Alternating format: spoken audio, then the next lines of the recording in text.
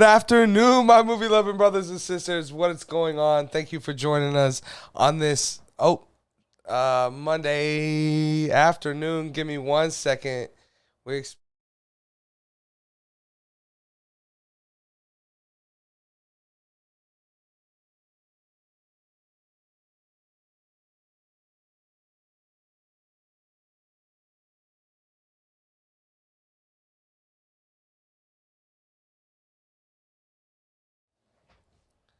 All right.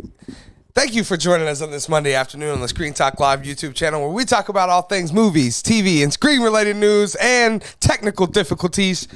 I'm, of course, your humble host dealing with all said technical difficulties, Key Toothman. And here, joining me today dealing with said technical difficulties, Shane Wallace. Shane, how's the difficulties going for you? Live streaming's fun. Yes, it is. It's a blast. It's a real blast, especially when you guys are here, making sure you're telling us how shitty our stuff is when it's not got any audio. But yeah, guys, if you're new around here, make sure you hit that subscribe button and the notification bell so you can have your movie news when you need it, where you need it. The way we like to do things around here is we like to kick things off with a few main topics. And then when we're done, we like to answer any comments or questions that you guys have left down in the chat below. So make sure that you guys are asking questions away, and then make sure you're sticking around to the end of the show and make sure you get your questions answered. We're going to jump right into things since we're running a little late here. The first thing we're going to talk about is Netflix making a Gears of War movie and series. Now I don't have to look as much like a jackass on this one. Apparently, this is a Microsoft game. I thought for some reason that this was a PlayStation game, so I was kind of curious why PlayStation Studios wasn't doing it, but I have found out that this is a Microsoft game, so it makes sense. It's kind of cool that Netflix has picked this up. Like Shannon mentioned earlier, it seems that they're kind of going this route and getting some of this video game material, which is kind of exciting, especially when it's done well. In this particular instance, not only did they get the rights to a live-action film, but they got the rights to an animated series. Which, again, Shane brought up, very reminiscent of the Halo series that we had just not that long ago, which I haven't seen any of myself. But yeah, this is very interesting news. I do like to see more of these like big name IP games getting chances at least. There always seems to be these great stories out there, like The Last of Us and Uncharted was the one I couldn't think of earlier, Shane. But yeah, so super excited to see that they're venturing into this. Like I was telling Shane earlier, hopefully they didn't spend $400 million on the rights to this, because if so, they could be in some serious trouble. But yeah, probably not. They probably got this pretty cheap because I doubt there was a lot of bidders. It was probably something they got for a good deal. So hopefully it brings good content to Netflix. I'm a Netflix subscriber, so I would like to have better, more creative content, and this already has a story with a history and a fan base. So hopefully it brings more to Netflix as we move forward. But Shane, you're hearing this.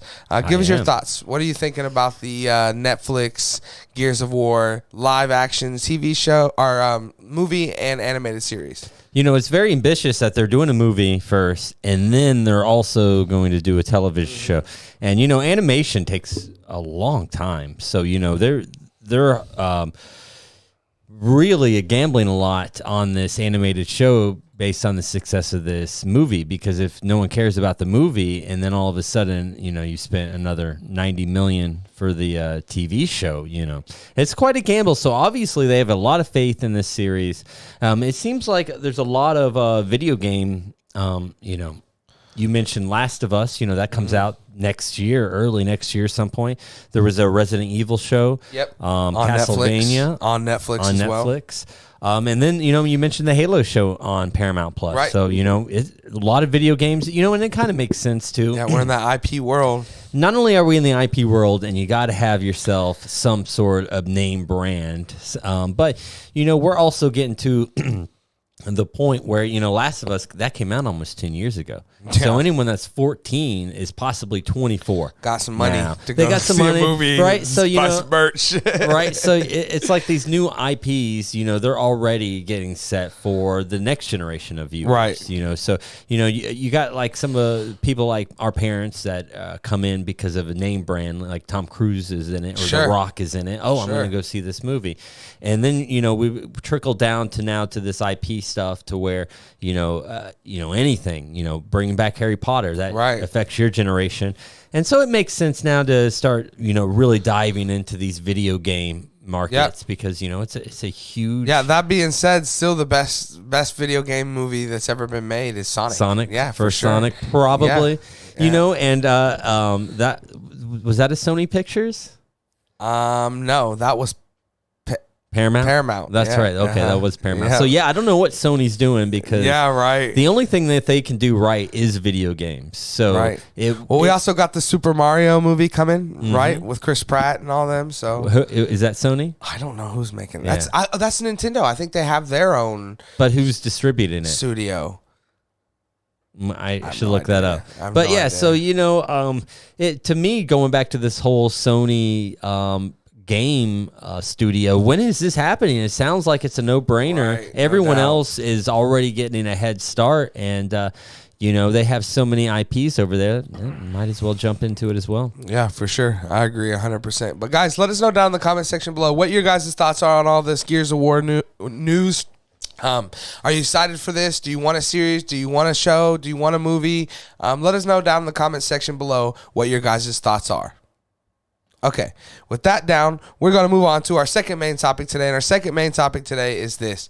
Shane, we had a chance to check out this trailer for Knives Out 2, Glass Onion. We were talking about it a little bit on the channel here and there, mainly because Netflix has decided to put it into theaters, so it's going to have to wait 30 days afterwards to put it on a streaming app. So this is coming into theaters November 23rd, and then after that, it will come on to Netflix December 23rd. We had a chance to watch the first or new or whatever you're calling it. It was the first trailer I have seen for the movie, and we just checked it out before we started the show here, and my thoughts are that it looks a little fun. It reminds me a lot of the trailers for Knives Out 1, where I was just kind of like, this probably isn't for me. That being said, I would love Knives Out, but I love mystery movies. I'm a huge Clue fan of the original Clue. I love those whodunits kind of thing. And this felt like it was, as it was going, the trailer was going, I just felt like there was, such classic things that they were doing that happened in every whodunit that's ever happened, and it felt fun. It felt like a lot of fun. Also seeing Edward Norton and the guy that plays James Bond, I forget his name.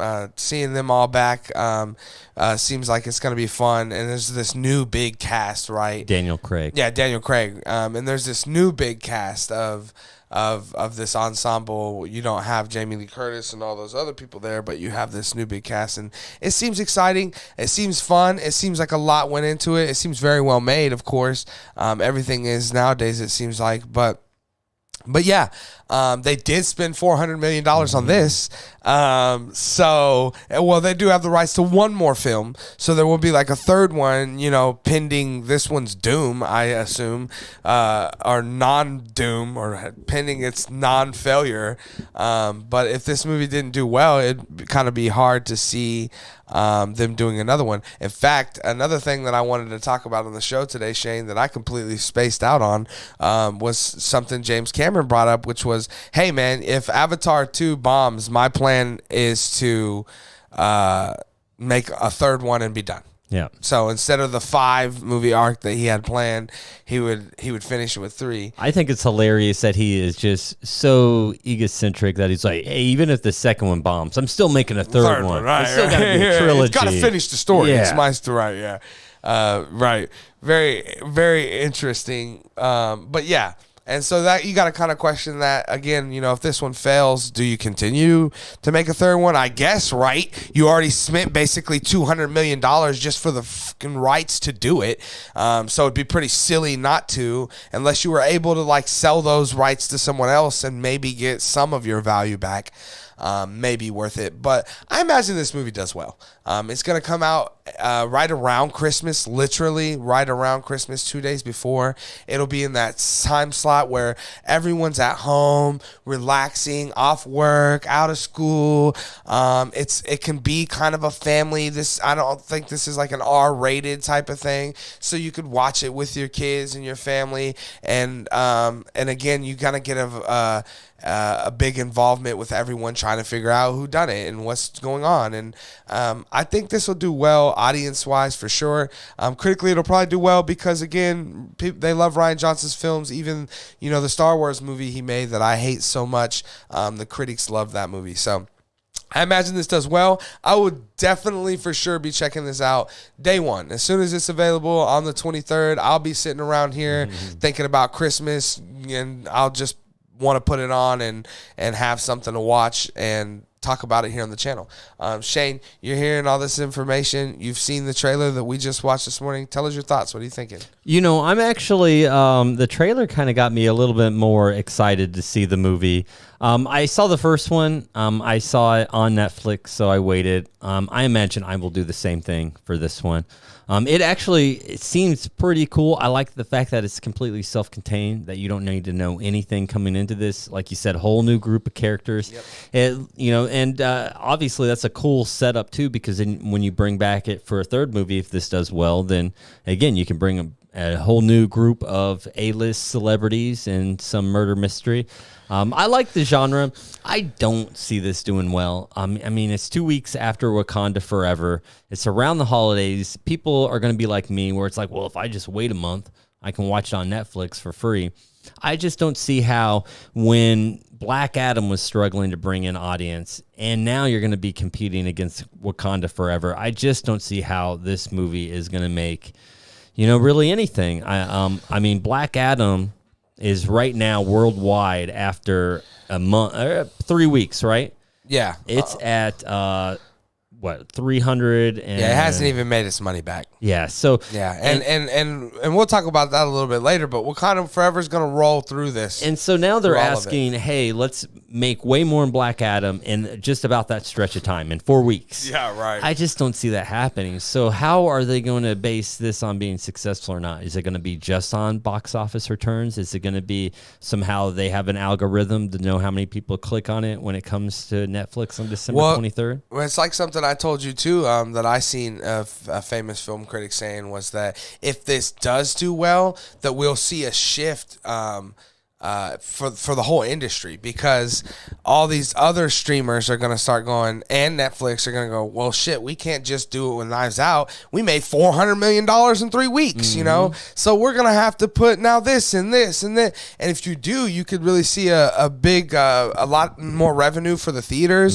a lot more movies coming in, a lot of these big movies that are big IPs that Netflix would just slam on their thing. You now at least have it in a month and a theater. That's going to boost the box office and really help theaters if it does well. So there's a lot riding on it. And I know this is our next topic, but just kind of tiptoeing into the next topic, I think then if that's the case, I think Glass Onion is probably a more important movie than Wakanda Forever, because Wakanda Forever is going to pull in the crowds. Yeah, it's going to bring in money no matter what. Exactly. And even though that the theaters are hemorrhaging and they need that money and it's going to help, if there is success for Glass Onion, and now that gives optimism to the theater. They're not having to wait to, maybe 3-4 movies a year are going to keep us afloat if Glass Onion does well. Right, exactly. And that's the thing, right, is if it does well, that maybe they don't have to rely so much on these, like we were talking about with the Tarantino stuff last week, they don't have to rely so much on these comic book movies to literally keep them in business every year. And I think that would be huge. So yeah, there's kind of a lot riding on Knives Out. And so I have high hopes for it. I think it does well. I mean, box office wise, it's not going to be there for but a month. So I mean, I see this doing a couple $100 million. The first one was pretty successful. I don't remember what it was, but I think it was over 400 million, which is pretty good. Too bad for Black Adam, because once Wakanda Forever comes here, and again, we'll talk a little bit more about this here in a minute, but once it gets here, whatever Black Adam is made now, whatever you said that number was, Shane, you can pretty much pencil in that that's what it's made, because it's not going to make too much more beyond that once this happens, and then we'll just keep rolling, right? Because we'll have Knives Out 2, then we'll have Avatar 2, and so everything's just gonna kind of get steamrolled as we go. But guys, let us know down in the comment section below, what are your guys' thoughts on the new trailer or this trailer for Knives Out 2 Glass Onion? Are you guys excited for this? Would you go out? I'm very curious. Would you go out in theaters to see this, or are you more like me and Shane, we'll wait 30 days, right? I mean, because back in the day, right, Shane, when it was 6 months that we would maybe have to wait for one of these movies to come out, then it was kind of like, we got. It gave you a reason, right? Absolutely. Right. I mean, but now 30 days, yeah. It'll be here by the time I don't even realize it. It'll just, here it is. And so, we were talking about Avatar briefly. How long was Avatar in the theaters? Like 9-10 months. No kidding. It gave everyone a chance, and you wonder why it's $1 billion movie. Well, that's because almost 3. There you go. It gave everybody an opportunity to see it 12 times. For sure. Yeah, but guys, definitely let us know down in the comment section below your thoughts on all this stuff with Knives Out 2 and your interest for it. But yeah, with that, we're going to move on to our third main topic today. And our third main topic today is just weekend box office. I wanted to talk about, specifically, Black Adam and how it's doing. The thing is, guys, and Shane, you can double check all of this stuff, but I'm pretty sure they spent about $200 million on this film. Yeah. With that being said, typically for a film like this, you spend at least half of what you spent on the budget for marketing.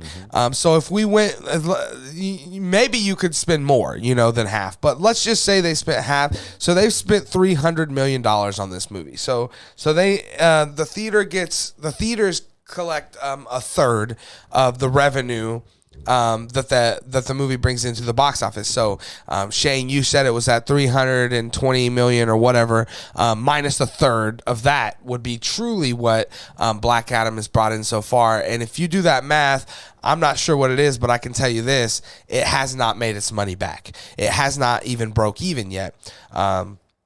So my thoughts are with Black Adam's box office success is not so great, man.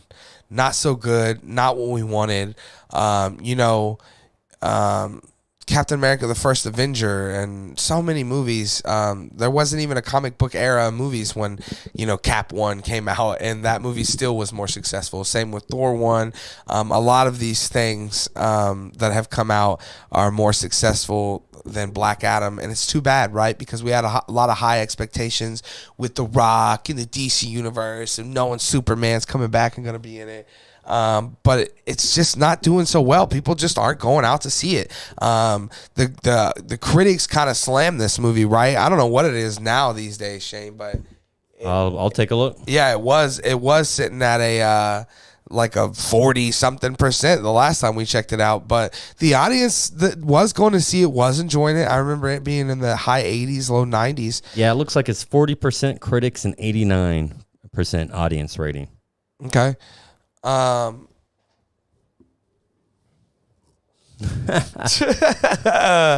Yeah, so 49%. And what was the audience? 89. 89. So, that's a big discrepancy. So the thing is, I think if more people did go out to see this movie, they would enjoy it. But with the critics' response, again, it kind of makes it hard. I say it all the time. We live in a world now where things aren't cheap, man, and going out and spending $15 on a movie ticket and $10 on drinks and food just to be comfortable while you're there, and then having to spend 3 hours of your time there to watch that film is a lot of dedication, a lot of money, a lot of time spent. Time is money, right? And so I think it's kind of deterred people from going to see Black Adam. I think once this hits streaming, it'll have a little bit more buzz and more people will actually check it out. curious to see where it ends up. Probably HBO Max, right? But yeah, DC property. Yeah. But yeah, I think it brought in, well, it was like 20 million. I mean, that's nothing. I mean, it's really too bad. It's disappointing numbers. And we'll roll this into the next main topic momentarily. But again, like I was saying, this week it's game week, right? So when Black Panther hits on Thursday, anybody that was maybe going to go out and see Black Adam is now probably not going to, because they're going to want to go see Wakanda Forever because it's the new hot thing that's going to be here, right? And I think that, like I was telling Shane, I said that the most disappointing thing about the Black Adam's news or box office stuff is that the theaters really need this win right now. It's been a down year for the theater. Again, the biggest year of our biggest movie of the year, I believe, is still Top Gun Maverick. Mm-hmm. That's crazy, guys. In a year that we have 5, 6, 8 comic book films coming out that are always, tops. Again, I feel like there's some fatigue with these things. Even the Batman, as great as it was, only made $700-800 million. So yeah, a very, very interesting year in the box office. And it just needs it. It needs this win. And if Black Adam couldn't do it, we're really hoping for Wakanda Forever to do it. And if Wakanda Forever can't do it, then you got to hope Avatar can do something. But if none of these do it, man, we're going to look at coming into a 2023 where these theaters are really struggling again like they were back in the pandemic times, because, again, the box office has just not been there. People are not going out. And when they're not going out to see movies, they're not buying popcorn and candy, so the theaters can't make any money. So that being said, Shane, you're hearing this information. Give us your thoughts. What are you thinking, buddy? Yeah, it's really disappointing whenever I just took a look at this and the One Piece anime movie outperformed Black Adam on Friday night. I mean, that's really sad state of affairs. Nothing against One Piece. I mean, I have 2 friends that are huge fans of that series. Yeah, Matt loves One Piece. There you go. And I knew so I know that there's a lot of fans and a hype for this coming out, but you still think Black Adam would have won. It's definitely more family friendly. It's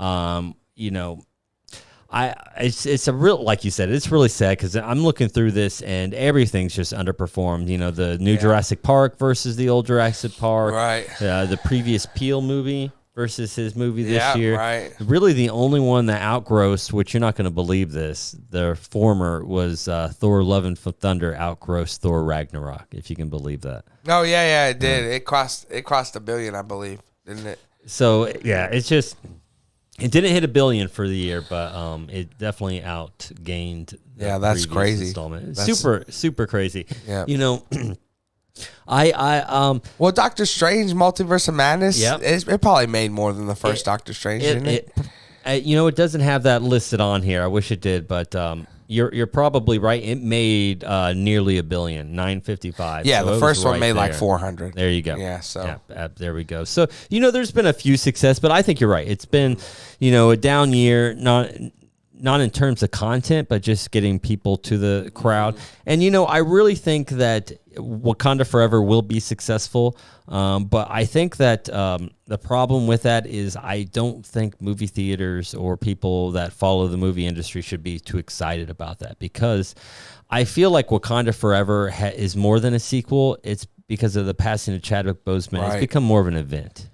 We've never seen anything like this before. Nothing like this has ever happened to a series with, at a time when, there's so many films coming out that had potential appearances by Black Panther in it. I mean, not only for the Black Panther series, but before Black Panther came out, I mean, Chadwick Boseman appeared as Black Panther in like 2 or 3 other Marvel movies. Yeah, for sure. So at least. Exactly. So, I mean, it's not just the Black Panther movie that it affected. It affected all of Marvel U.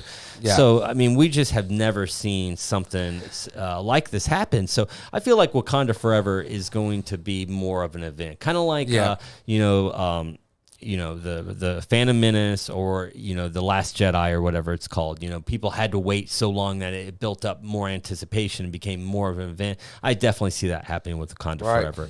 So the sad thing is, even though that's going to be very awesome for the movie theaters, I don't think it's going to be sustained success for the movie theaters. Well, the thing is, too, is that it's not only that we're going to see Black Panther 2, but kind of collectively, we're all going to Chadwick Boseman's funeral. Right? Absolutely. I agree. Whether you're a fan of Black Panther or not, I mean, there's a Chadwick Boseman movie that's affected just about each and every one of us. And, so the fact that, they're going to be paying respects and tributes in a funeral-like setting within the movie, like I said last week, it's going to be cathartic. People are going to want to see this because, like you said, it's like this funeral procession. I want to pay my respects. But like you said, it's an event because we all kind of want to share it together. No one wants to go through this alone. It's again, I promise you guys, I know I say it all the time, and it sounds like a funny joke, but man, this is going to be rough. I know for sure that I'm going to cry and bawl my eyes out through most of probably this movie, and I'm still just super excited for it. Like, I still just want to see it so bad, but yeah, I think that like I said, not only are we going to the movie, but we're kind of collectively not just going, honestly, to Chadwick Boseman's funeral, but to T'Challa's funeral as well. So it's kind of like this whole thing going on. Plus, there's this idea of like the whole passing of a torch to someone else too that you have to kind of implement in there too. And so, yeah, I think this movie is going to be really deep, like I seen that Coogler was saying that when Boseman was alive and they were planning, when he had written Black Panther 2 before he had passed away, it was about T'Challa grieving about the 5 years he was gone during the snap. And he said the whole movie was really heavy with grief.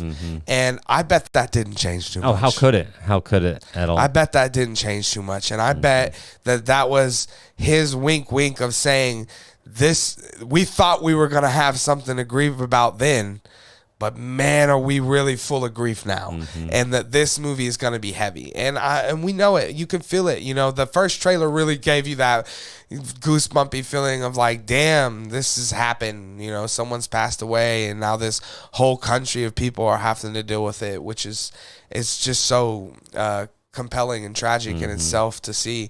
So I'm super excited. I can't wait to see it. And that's going to roll us right into... hold on. Before we move on, cool. One last thing I want to talk about, and I kind of want to talk to you about this. It just kind of came to my mind as we were discussing this whole movie theater tragedy, because this is something we've talked about for years, movie theaters just barely surviving. And, it just kind of dawned on me that I don't know if there's another industry out there. So movie theaters are their own business. So they rent space, they power the lights, they have to pay employees, they have to, get soft drinks and food, keep that in stock, let alone the movies. Right. So you have this whole industry based on hopefully the success of a different industry. They don't control the movies that are coming out. They don't have no say.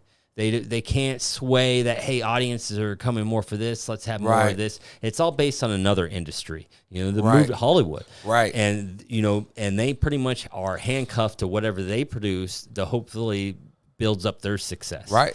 And, I know back in the 40s or 50s, movie theaters were owned by the studios. Right. And they broke that up. Yeah, that didn't go well. Yeah, for the better. But, I maybe we're at the point where theaters are struggling so bad that wouldn't be a bad thing to bring back. So instead of the AMCs and the Icons and stuff like that, we got the Universals and the Paramounts. Sure. And then they may be more likely to keep something in the theater. The problem with that is that the studios know. See, about 10 years ago, Netflix looked into buying AMC or Regal, or potentially even starting their own. I don't know if you were around here in town when Dillon's, or when Walmart supermarkets, those little like just grocery Walmart started popping up across from all Dillon's. Oh yeah. Yeah, I remember that. Yeah. And it had turned out that they had like sat down with Dillon's and was like, hey, we want to buy all your Dillons and we're going to turn them into Walmart Marketplace. And Dillon's was like, no. And Walmart was like, all right, cool. Well, we'll just buy whatever's right across the street from everything you guys got and run you out of business in. And so in that same sense, Netflix looked into either, like I said, buying them or just building them right across the street and going, hey, our theater's right here, brand new, Netflix theaters. But they realized quickly that they would be hemorrhaging money like crazy, like beyond, and that the theaters themselves don't make money. Nope. They just don't. So they were like, yeah, why would we do something like this? And they quickly got away from that whole idea. And at the end of the day, that's what it is. It's really like, I watch The Office. I've been watching a lot more lately than I usually have. And, it's about a paper company. And it's a dying industry, and as years go by, as more years go by, people are going to buy less paper and less paper and less paper. And the fact of the matter is that as years go by, people are going to go out to the theaters less and less and less. Absolutely, and to me, that's why it seems like it would make sense that a studio would buy it, because pretty soon there's not going to be any exhibition places to show it. And so then it's like, well, crap, if we want people to see our movie in the theater, we got to put it out ourselves. Sure, and it makes sense for Apple or Amazon, right? Yeah. And I said this during the even Sony, even Columbia. During the pandemic, well, you're right, but all of those companies don't make their money from movies. Exactly. So they can afford to lose it. They can afford to hemorrhage that little bit. I just feel bad for these. I guess I shouldn't feel bad for AMC, right? But some of the smaller chains. Well, you do feel bad, right? Because there's people like us, just regular dudes that just want to work, that have job and working there for years, and their whole livelihood. We don't want depends them to on the success of another company. We don't want those dudes to be out of a job. Yeah. We want everyone to be. Remember the love thing, right? Right. So if I was planning a career direction and someone told me, okay, all your money is going to be reliant on this other company making stuff and making you money, it'd be like, I don't know if I want to get into this business. It just doesn't sound lucrative. And you really got to sympathize with these theaters, because what can they do? All they can do is just put out the stuff Hollywood gives them, and they hope they got to hope that it's good, or that people are going to enjoy it, right? And they're going to come out. But what they could do is my idea, which is do more collectible stuff. Do more stuff. If you got Thor hammer popcorn buckets, make sure there's enough there for everyone to fucking buy one that wants one. How about that? They're $60. How do you run out of something that costs $60 when you're a place that can barely make money? That thing probably costs $4 to make, if that. So you had to be making plenty of money on that. So I think you gotta do some stuff like that, especially when these things become these big events. Like how Black Panther has, I don't know the culturally correct name for it, but that like moccasin type thing. Thing you wear. Thing. Yeah, right. Like, what if they had like those? Is it selling dashikis? Right, for the funeral. Why not? Right. Yeah. Come on. Like, I'd buy one. You got me. And so on and so forth. Like we talked about the popcorn buckets with Black Adam. Again, you gotta. I think when you're at the theaters and things aren't going well. I also have these like I was seeing if I had one right here, but I have these like tiki cup mug things that they. What were those from? They're from Regal, and they do whatever movie comes out. They'll have like the matching. Like when Star Wars came out, they had like Chewie and Han and Luke or whatever, and you could. They're like $25 a piece, probably way overpriced. But it got you excited. But I bought them all. That's right. and every time I went, if they had one, I bought it, just like I do with that freaking cocktail. I'm not, me, I'm not a big drinker, but nothing gets me kind of more relaxed and into a movie than to be drinking the cocktail that matches the movie. I don't know why. I'm a consumer like everyone else is, right? And at the end of the day, I want to consume just as much as everyone else. It's a great idea. Collectibles are, a good idea. Or like the thing I was telling you that I wanted to maybe get for here, where they actually put the actual film, film. What are those called? The frame. Yeah, like that's those stock frame. Yeah, right. Why wouldn't what? See, now that's a great idea because that already exists. You don't have to make anything. You just cut it out and you give it to people. Yeah, you put it on a plaque. I still think the problem with the collecting thing is it's still dependent on the movie being successful. It still has to be a good movie, but you have no idea if you're AMC. You're just like, let's build 3,000 Thor cups and hoping because we'll get people. And again, it's just you put all your faith in another person's hands, and it's just. It's not not a great business model, and I can see exactly why they're failing. Right. Yeah, for sure. Yeah, it's too bad. And we want, like I said, we want to see them succeed for sure. But yeah, with that being said, we're going to roll that in, like I said, to our last and final main topic today. And our last and final main topic today is it's game week. It's time. It's here. It's upon us. I was telling Shane, like, I had so much other things I wanted to talk about. I wanted to talk about the James Cameron Avatar thing. We'll do that tomorrow. I wanted to talk about Barbarian, our thoughts on Barbarian. We'll do that tomorrow. Because really what I want to talk about is what we're all excited for on Monday, this Monday afternoon, this Monday morning, this whole Monday. We're all excited for the buzz that we are in the week that Wakanda Forever is upon us. So we will get to see the movie this week. This Thursday, I will see the movie at 2 p.m., guys. And I will immediately, as always, do an out of the theater review so you guys can get my quick, short, spoiler-free thoughts on what I think of Black Panther, Wakanda Forever. But yeah, so I'm super stoked, man. I have all my white stuff. I am ready. I have a all white on white Wakanda Forever t-shirt. I have white Wakanda shorts because I wanted to do, white shorts. I wanted to do pants, but I figured it was going to get hot in that theater with all of us crying and bunched up in there. So I decided to go white shorts. I have my chains out. I have everything ready. I'm so ready for this movie, and I'm so excited. I will take a box of tissues with me, and I will be prepared to cry my eyes out for probably most of the movie. But my thoughts on it, Shane, are if to do it right, you give us the funeral like right in the beginning. Like just the movie opens with them like having his funeral. So that way immediately you're hit with that impact of grief and that like I think that's what we're all thinking anyway. So I think it would be, in their best interest to start off with that. I agree. Mm-hmm. And I think that they will.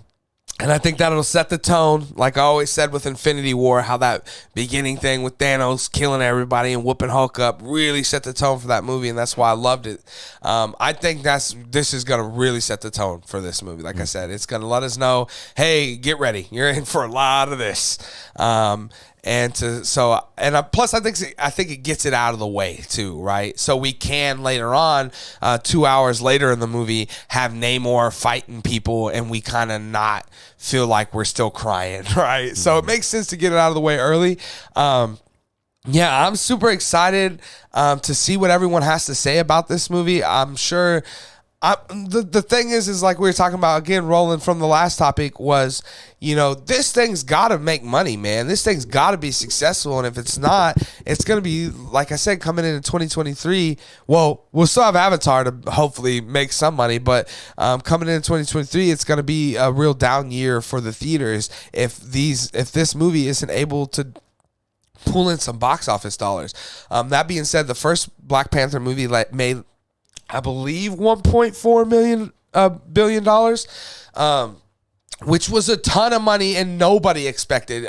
Shane, it was one of those movies that you hardly ever see this for. But when it opening weekend, the second weekend, you know how it usually drops 50%? Yeah, 1.3 billion. There you go. But you know how usually it drops? Certainly. Yeah, it actually had went up. There we go. Word of mouth was so big on it. It really is one of the movies that really got me into the MCU. I remember when that movie ended, and then there was that ending post-credit scene with Boseman announcing to the world that Wakanda is Wakanda, and that it will be here for aid, and it will be a part of the world to bring us all closer together.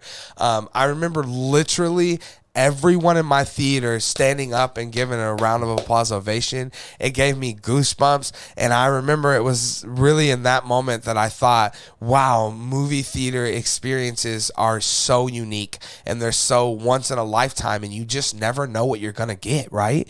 I could have been in a theater where no one said nothing or did anything. It happens all the time. But yeah, coincidentally, I was in a movie that was so good that it had powerfully moved moved everyone in the theater so much that we all got up and gave a standing ovation to people that weren't even there. So, yeah, I have high hopes for this movie. I have expectations that it's not only going to be good, but unlike Black Adam, I think this is going to tear the box office up. I think that people want to go out and see this, like me and Shane were saying earlier. If it isn't just that they want to see Black Panther 2 or, you know, what's going on with the MCU side of it, like who's going to be new Black Panther, who is it in the suit? And if they don't want to see that, they at least want to go to kind of finally close this chapter in their hearts of Chadwick passing away and us losing the character of T'Challa. So we have this kind of all together, you know, when we're all going to be there together experiencing this. And I think that it's going to be a lot of fun, and I think a lot of people are excited for it, and I know I am. Shane, tell me, what do you think, man? Are you excited for this? You know, I am, you know, just it's been built up for so much, but also you can see the excitement. The first thing I noticed was you know, last week was the first week in November, and how many streaming services were offering Chadwick Boseman films. So you know, I've been going back. I just saw Get On Up. That was incredible. And I saw they had a couple others that I hadn't seen before that I'll have to check out. Marshall I haven't seen, and then I think one called Draft Day that I hadn't seen. So it's just kind of cool that you can tell people are excited about this. They want to remember Chadwick Boseman, very talented actor who passed way too soon. As soon as, you know, he's just starting to come into his own, you know, we get 5 years of that, and then tragically it's just taken from us. And like I said previously, we haven't experienced something like that before, to where it affects an entire industry. Marvel, you know, MCU. And the biggest films at the right, the biggest film industry of the time, especially when it happened. Like when he passed away, it was like at the height of the not only the movie going experience, but Marvel. Well, not only in terms of money, but Black Panther was the first Marvel movie to bring prestige to the Marvel brand. Got nominated for an Academy Award. You know, so you know they didn't have that type of cachet before, and now it's like, oh man, they just lost one of their most talented actors who brought them that. So, you know, I agree. I think everyone's super excited for multiple reasons. It's going to be absolutely cathartic. I think we all need this. You know, definitely go with your family and loved ones, and bring some tissues, because I think it's going to be a hard experience. And I think that bringing Namor, I'd like to know if Namor was present in the original Black Panther 2, pre-Boseman's death, because he's such a tragic, sympathetic character anyway, that bringing him into this Wakanda Forever, I really think that's going to up the stakes as well, because he has a lot that he's fighting for. He's fighting for his people. So it's something that people coming out of Black Panther can understand. It's like, oh, but we just saw a whole film about fighting for your people that are marginalized and that are overlooked. And that's exactly what Namor does as well. So bringing that to this table when we're also mourning Black Panther Chadwick's death, that's tough. That, you know, so they're obviously they're pulling off the kid gloves. I don't, you know, you're over there going, you know, I think they'll give us time to process and then they'll get into the. I don't think so. I think the whole movie is just going to be. I got a bad feeling that it's going to be a lot of grief, a lot of heavy, a real heavy feeling to the whole thing. I think so too, because Namor is a really heavy character, and I think he's more of an anti-hero than a villain. So him being the villain in this, I don't think it's going to be a straightforward, you know, I'm here to conquer, and you know, I'm going to feel better when they defeat Namor. I don't think we're going to have those feelings. I think we're going to be torn. Which is interesting, because in the first Black Panther, we had that same kind of feeling when they killed Killmonger. Was that like, oh wait, he killed the good guy, you know, like wait, because he's bad, but he's not bad. He's like Magneto. You know, you understand where he's coming from. Even though he's not doing the right way. He's not on the right path, but his message is still. Exactly. And I mean, even and those make the greatest kind of villains, right? Agree. I mean, even Thanos kind of had that in a way of, you know, very tragic backstory. You know, I'm not picking who to kill. I'm not saying, hey, that dude dies. It's random, bro. Anybody could die. It could be you, or it could be. But we need this in order to better the world, the universe, because people are starving and there's not enough food, and so it makes you want to sympathize with him, and yeah, it makes it so much. Complex villains are definitely the best villains. Yes, and you know, when they're forced, it comes off like Age of Ultron. And then when they're natural, like, you know, Deathmonger or Killmonger or Namor, you know, they're perfect because you do sympathize with them and you do understand their motives, and they're not just some crazy person that's killing a bunch of people. Right. Yeah, and that changes everything when they're not a crazy person just trying to kill a bunch of people. But yeah, I'm super excited. Like I said, I will be there Thursday.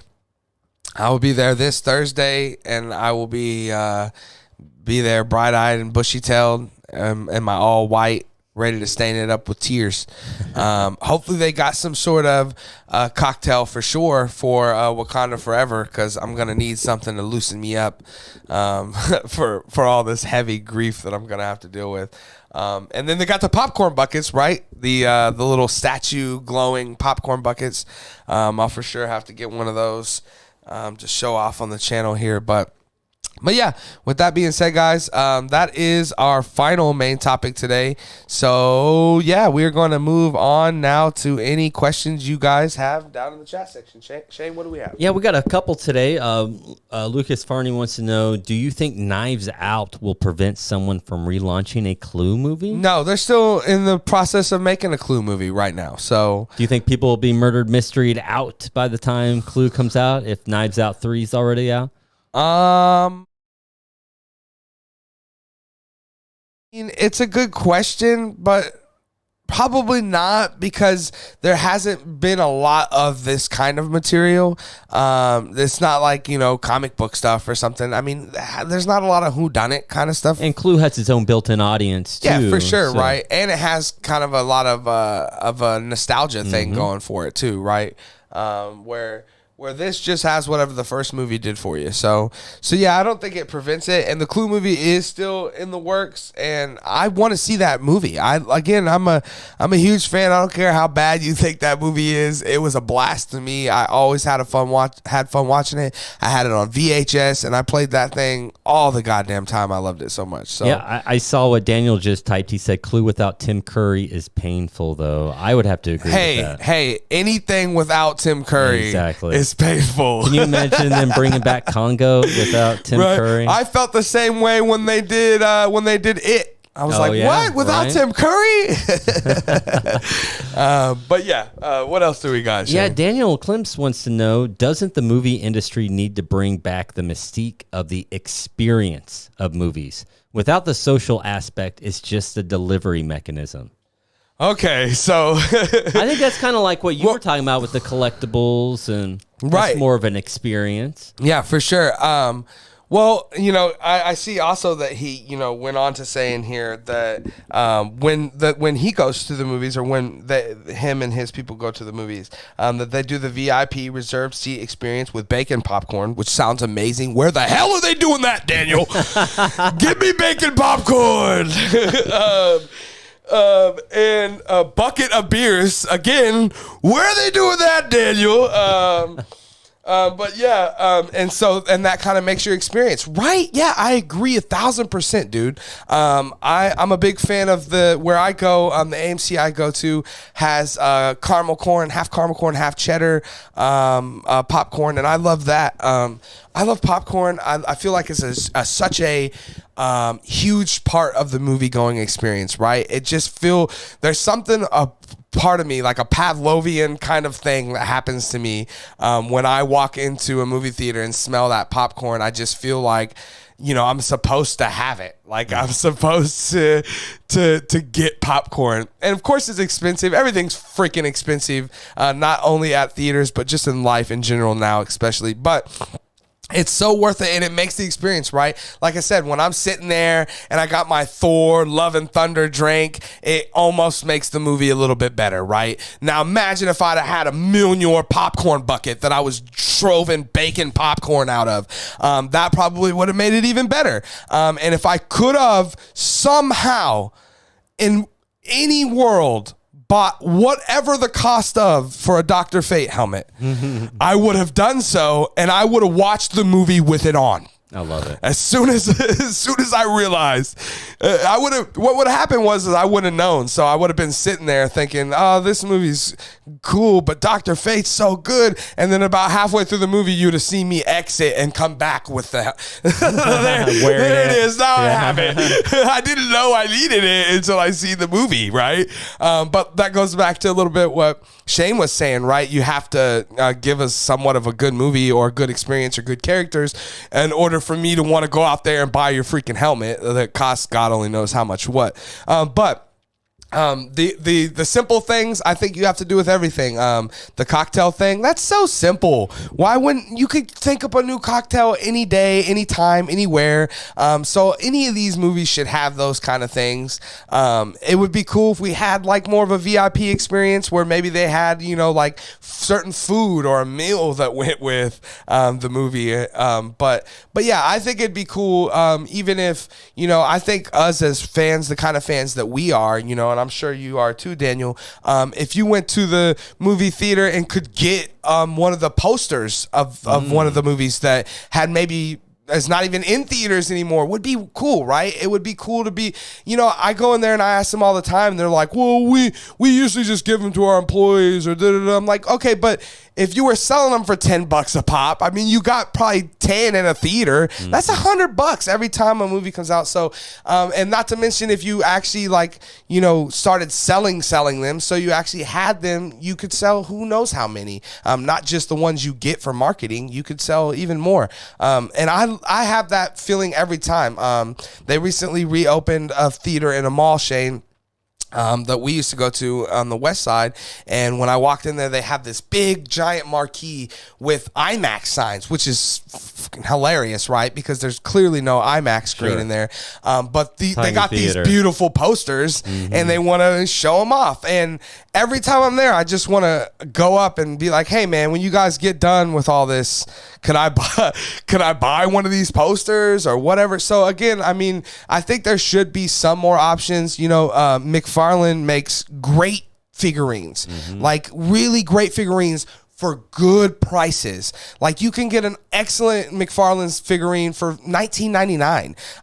And that's what you spend on like popcorn. I mean, the buckets, like I said, the Thor popcorn bucket was $59.99. To think that I could get a figurine for $20 while I'm at the theater, guys, why not? The kind of guy I am, there would be like a stack of AMC figurine McFarlane figures behind me, because that's just kind of the way I am. When you got me in there, I want the full experience, man. I do, and I want to leave going, hell yeah, I want the Black Adam, whatever figurine or the Dr. Fate, whatever. Like that's the experience I want to have, and I want to leave having.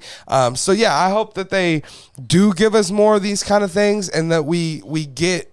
I think they got to at some point, especially when they're doing, not making as much money as they, need to be. But yeah, what do you think, Shane?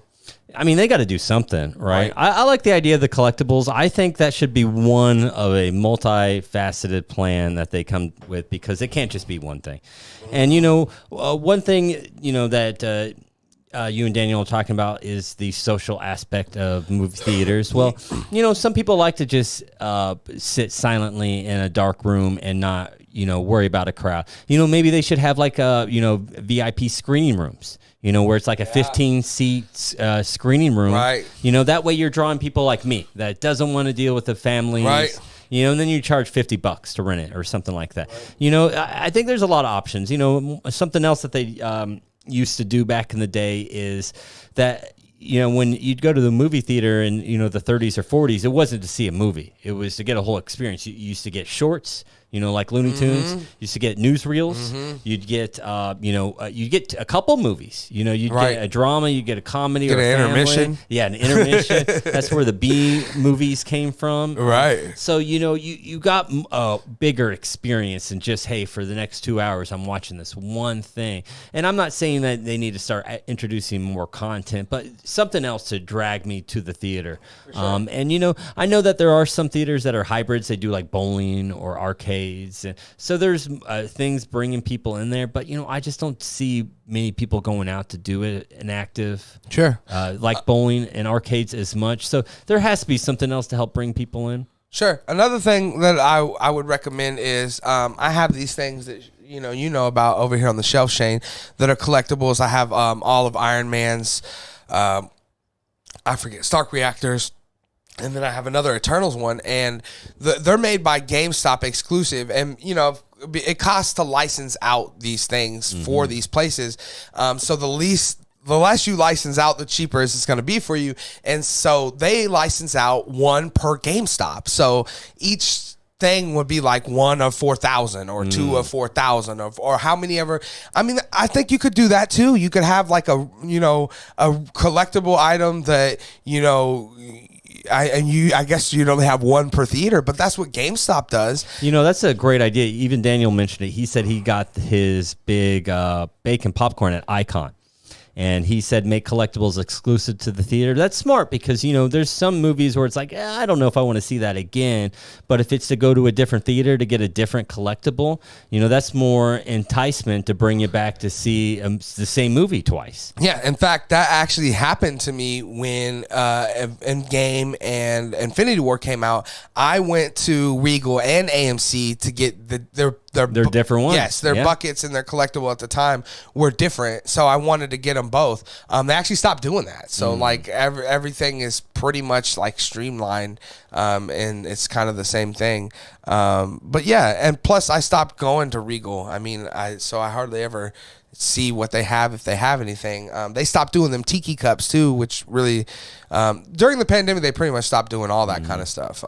So yeah, I want to see them do more of this kind of stuff. Yeah, start bringing it back. Yeah, for sure. What else do we got, Shane? That's our last question, although I do have to shout out Daniel's Lord of the Rings Elvish Endless Popcorn Bucket. That sounds awesome. Right. Yeah, for sure. Good one, Daniel. Yeah. See, come on, AMC. You got us. You should be paying us for these ideas. But yeah, he also says make the collectible exclusive to theater. Yeah, exactly. Yeah, do like I said, make it 1 of 4,000. Yeah. Even if it's a $200 item. There's going to be people out there that buy it. Right. That makes a guy like me think, but there's only 4,000, and there's only one AMC where we live, Shane. Yeah. So if I get it, it's just me, bro. And that means when you go turn around to sell it, which you want to, but you can tell yourself that. Right. Yeah, right. But when I do, I'm going to be 1 of 4,000 available, right? Exactly. And I think that's why I buy the ones from GameStop, right?